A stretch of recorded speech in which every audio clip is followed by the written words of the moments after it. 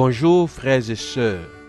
La parole de Dieu en ce jour, qu'elle soit extraite du premier livre de Samuel, chapitre 3, versets 1 à 10, puis versets 19 à 20, ou de l'évangile de Jésus-Christ selon saint Marc, chapitre 1, versets 29 à 39, nous invite à la consécration à Dieu. En effet, le Seigneur se rend tout proche de nous et nous exprime sa compassion et nous accorde également sa restauration. Ainsi en est-il de la belle-mère de Simon dans l'Évangile qu'il libère de la fièvre. Et en réponse à la libération accordée par le Seigneur, celle-ci se met à son service. Dans la première lecture, Anne, qui avait fait la promesse que son fils serait à son service, effectivement, le consacre au Seigneur. Et Samuel entend l'invitation du Seigneur et se met entièrement à son service.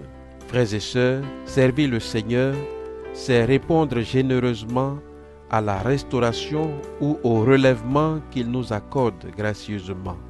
Par conséquent, nous devrions toutes et tous être au service du Seigneur dans les soins que nous accordons les uns aux autres. Tellement Dieu nous rétablit au quotidien dans notre dignité de fille et de fils. Par ailleurs, Dieu fait tellement de bien que tout le monde le cherche de partout. Sommes-nous aussi de celles et ceux qui recherchent le Seigneur en reconnaissance de ses bienfaits? Oui, il nous faut, à l'appel du Seigneur, répondre à son amour pour accueillir la vie nouvelle qu'il nous donne et nous mettre résolument à son service pour que son règne s'établisse chez nous.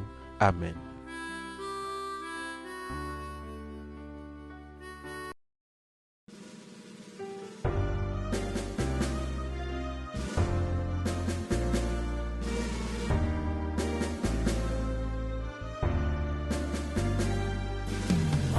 Allez partout, proclamez la bonne nouvelle. Soyez one à la maison et apôtres dehors. Allez partout, proclamez la bonne nouvelle. Soyez one à la maison et apôtres